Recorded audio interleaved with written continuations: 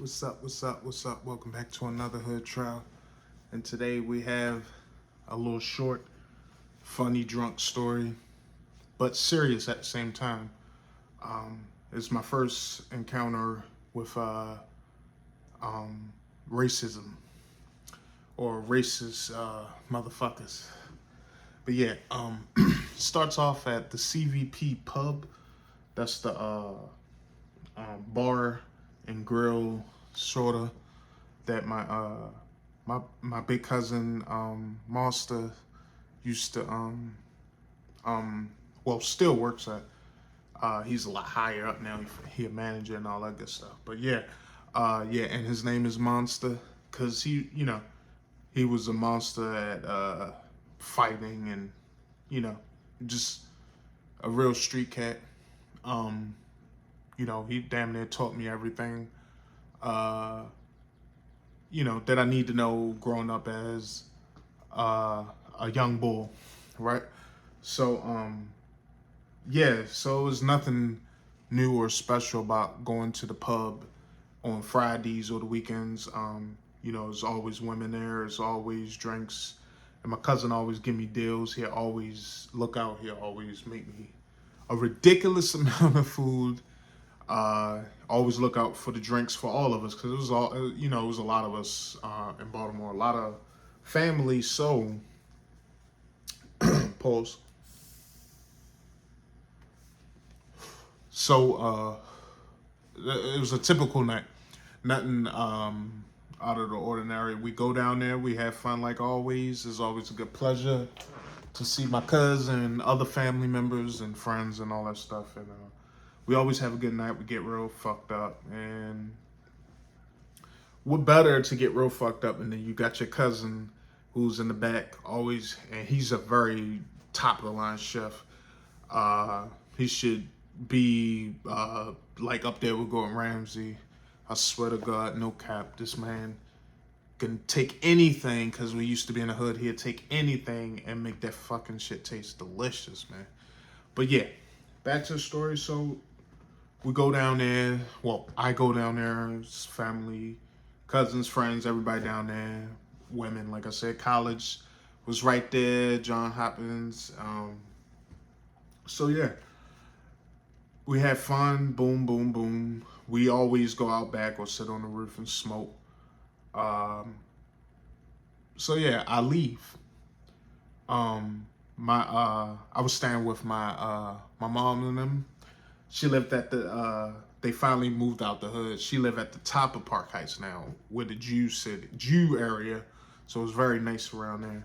So so this is a place where you wouldn't expect to experience what I experienced, which was for a lot of other people, they would have probably been we call it like shell shocked or fucking petrified and shit. But if you are a true Baltimorean and you lived in the hood, uh, certain experiences become normal to you. So I didn't even have a car then, and it was probably like 1, 2 in the morning. But the good thing about living in the city, you got buses, cabs, subways, light rails. So you can always get where you need to go, and it's all night. So basically, or certain buses and shit like that. So I'm headed home. It's probably a 2-bus ride, 22 to the begins with a 5. This the bus that takes me up top, Park Heights. So, like I said, it was nothing out of the ordinary. So I get on the bus, last bus. It was barely nobody on there. Probably a few junkies, a few J's. Pause. So fun. I'm on the bus headed up top. So I usually get off at the last stop before it makes a left off of Park Heights and then goes across Ricestown Road. So I always get off at that last stop and just walk straight to my mom's house. It was probably 10, 15 minute walk, depending on how fast you are. But this night, I swear, like, cause when, like I said, let's go back. When you live in the hood, blah blah blah, you learn to rely and trust your gut. Anytime, well, at least I did. Like, and I know it might sound absurd, but I trusted my gut. Something told me to get off 2 stops before, cause that's like a little shortcut. But sometimes there's dogs around there and they'll get loose, so I ain't feel like running and all that shit, blah, blah, blah. So I get off the bus. This is my gut telling me to get off. Whether this was a good or a bad thing, I don't know. Maybe if I would have got off at the last stop, things could have panned out even differently, and I'll explain. So when I get off at the 2 stops before, you get off, you right there at the light, you make a right, and you just cutting through, basically, until I get to my mom. So it's actually shorter. But like I said, it was dogs usually, but for some reason, something told me to get off here. So I get off, start walking, hit it, nothing out of the ordinary. So first, so I'm walking straight. There's a street in front of me where you gotta make a left, and I can walk all the way down, make a right at the light, and then I'm there at my mom's house. So I'm walking before I make that first left, and a red truck, pickup truck, you know, one of those redneck trucks with the big ass wheels and shit. It was tall and loud as fuck. It's 3 a.m. So he rides past. Well, they ride past, and you know, I didn't think nothing of it, even though it was. No, I take that back. I did think something of it because, like I said, it was fucking loud. But pause. I'm walking. They roll past. Other than me looking like, damn, that motherfucker loud as fuck. Because, like I said, it was a loud ass truck for no reason. So I make the left turn. And so when you're walking down this street, it's houses on both sides. So what I think, when they rolled past, they went straight, and it's like a roundabout, like a little further down. So they did a roundabout. They came back this way, but the driver window, I think it was a Ford, a big ass Ford truck, pickup. So the front window, driver's side cut will go down, and it sound, what I think I heard is fucking nigger. So, you know, my initial reaction was fuck you, like get out the car and say that shit. That's what I was saying. But I yelled it because in that loud ass truck. So they start slowing down. I ain't think nothing of it, even though should have been on to it since I'm supposed to have these spider senses being from the hood. So I mean, I did look at the truck, but I just kept it moving. Like, all right, because like I ain't have no weapon on me. You know, my intentions wasn't, you know, let's strap up. Say no. But my intention wasn't let's strap up. You know, I'm having a good time. Had to take the bus home. 3 a.m. I'm trying to get the fuck in the house. Okay, fuck y'all. Y'all ain't about nothing. Y'all, you know, typical redneck bullshit. You gonna ride and say little slurs out the window. Fuck you. That's how I took it. So he start backing up, and you know, like I said, I'm paying attention now because he's backing up. But at the same time, I'm like, man, fuck y'all. Y'all ain't about shit. If you about shit, get out the fuck out the truck and let's throw them hands. But whatever. I'm trying to get in the house. It's 3 a.m. I'm a little drunk, a little high, a little full. So he started backing up even more. And then, of course, I see my favorite 2 barrels come out the windows. It looked like a sawed-off. And, of course, he let off a shot, which did make me jump. That got my attention, of course. That shit loud as fuck. But, so my first initial is take off. So I go through the lady's yard, and it was bushes right there.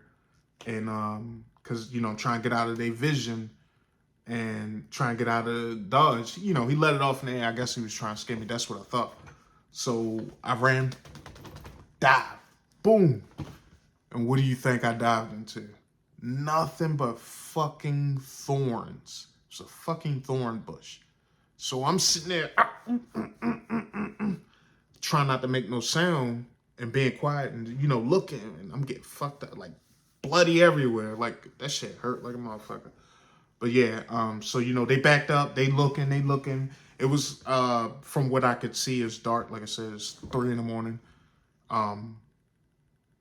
So they all have their windows down and they're looking. Mind you, they just let off a shot from a sawed-off, which is very loud, especially since it's 3 a.m. and it's very quiet and we're in Jewtown.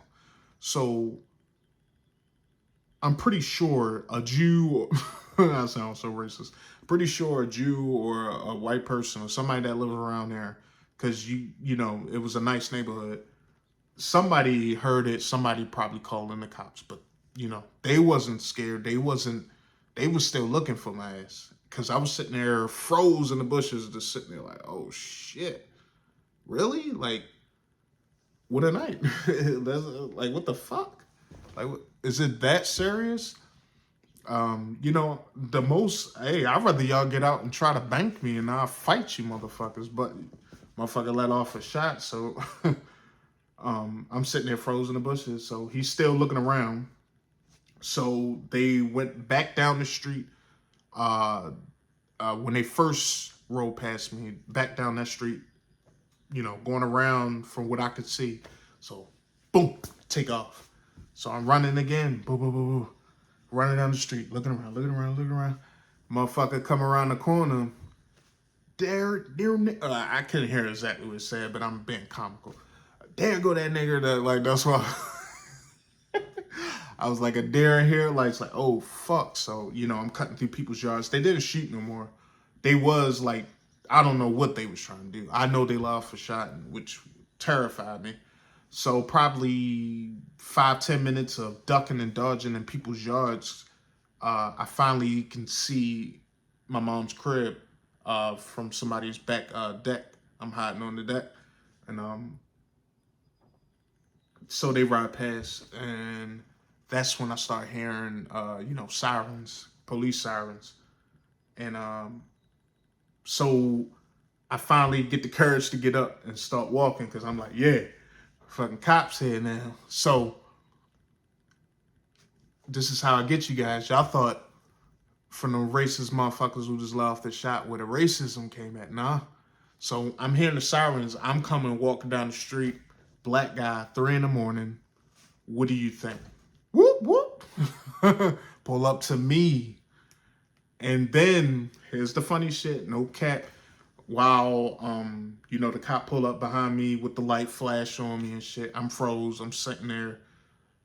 And the racist people went past and they was yelling slurs out while riding past us while the cop was getting ready to get out the vehicle. Like laughing at me and shit. And so the cop comes over to me and say, "What's going on, buddy? What you doing out here at this time of night?" I'm just coming back from the pub from my cousin's job. We had a good time. We was enjoying ourselves. Couldn't get a ride tonight, so had to catch the bus over there. Well, we reported that we heard shots. Hold on, wait a second. Why are you bleeding? Because it's a crazy night, man. These people was chasing me. They said racial slurs. But I didn't tell them that they was the one who shot, because we don't do no snitching on this channel. If I ever seen them motherfuckers again, yeah, you already know what it is. Fist-wise, I'm not self-snitching. But yeah. Why are you bleeding? And after I explained what happened, without letting them know about the shot, he was like, well, we heard, report, how they talk. Reported that we heard some, gunfire. And I was like, I didn't hear nothing. I was too busy running, and I end up diving in a rose bush. That's where, I'm pricked all up and stuff. I had a few little around my neck and stuff. It didn't look good because I don't have no mirror, so I couldn't see how I look. But apparently, I had a few blood stains, like all because, like I said, I dived in that motherfucker. Because yeah, um, so I'm looking like fucking like a murder scene, like I just did something, and that's when he was like, "Well, you mind if we come over here? You got your license, so we can run. They run your shit and all that shit." And I'm like, "Damn! So you're not worried or interested in me being chased by, you know what I mean? These racist bastards, and you still don't even know that the motherfucker they the ones who was doing the shoot, did the shot. So like, you ain't even worried about that. You worried about to see if So this is where it gets a little even more sticky. Apparently, I had what do you call it? A bench warrant. This is at 3 in the morning, right? This is some crazy ass shit. Cause I didn't go to jail, or like he didn't lock me up, but he was being more so like race, like just the different slurs he wasn't interested in. If I was okay, if I was some frantic about the situation, motherfucker, more worried about like, we reported hearing gunshots. You're the black guy out 3 in the morning. You have a bench warrant that you need to turn yourself in, and the motherfucker let me go though. And he was like, "So, oh, sorry, do you live around here?" And all, he was asking all those type of questions, and I was like, "Yeah, my mom's live right down the street." And he was like, "I can give you a ride to that." I was like, "Nah, I'd rather not." And he was like, "Are you sure? Are you sure your mom lives around the corner?" I said, "Yeah, you could follow me." And this motherfucker actually, like, I mean, I was like, he didn't know, but I was like 7, 8 doors down from my mom's house. We was right on Smith Avenue. Yeah, that's the street. I couldn't think of it. Park Heights, Smith Avenue. Um, so he follows me down. It doesn't end there yet, guys. So I get to my mother's door. Um, Man, what is that address? I can't remember. It's been so long. But yeah, I get to my mother's door. I don't have no key.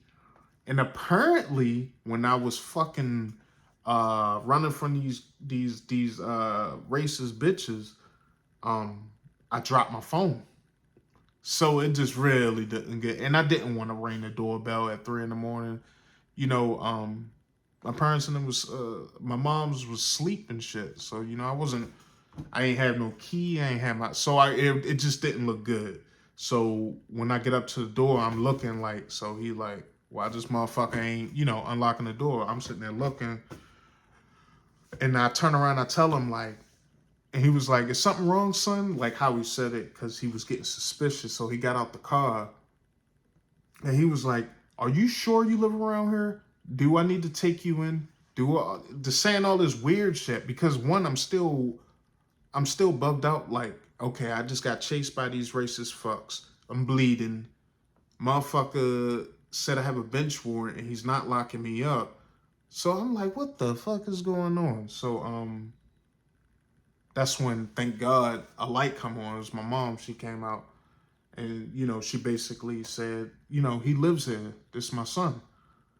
And my mother actually had, she did, I ain't gonna say had, but she pulled out a picture, like one of the pictures that was sitting on like a coffee table to show, like, yeah, this is my son. Like, don't we look alike and shit like that? So that was a fucking crazy night, motherfucker. Just being my first encounter with racism. And I was like 18, 19 years old. So like, I ain't never experienced no type of racism because, like I said, I was bound to to the city. I mean, I went to New York and shit like that, spent time there, but that was my first like experience. Like, motherfucker chased me, motherfucker let off a shot, scared the life out of a nigga, and you know, cops see a man bleeding and shit. I'm not running from you, and you didn't even consider making sure that I was straight and shit. Cause black man, 3 in the morning. And like I have like maybe like 2 more stories of encounters with shit like that. But that was just another hood trial for you guys, and I thought about sharing that with y'all. Because at first I didn't even think that would be like a hood trial, because technically I wasn't even in the hood, but it was a trial. My first experience, my first encounter with racism. And even when I'm the one who's fucking suffering, motherfucker ain't even check if I was good. He was more worried if I was from this neighborhood, if I was the one probably who let off that shot that whoever called that shit in. But yeah, guys, this actually went on longer than I thought, because it was supposed to be a short, little quick one for you guys, because I've been handling a lot of business, handling a lot of stuff. Being a daddy. I'm only explaining this because it's been almost 2 months since I dropped one. So guys, I wanted to make sure that I need to get back on track. I'm only telling you this, guys, because I care. You the fam, you the friends. Don't forget to hit that subscribe button, like the video, and always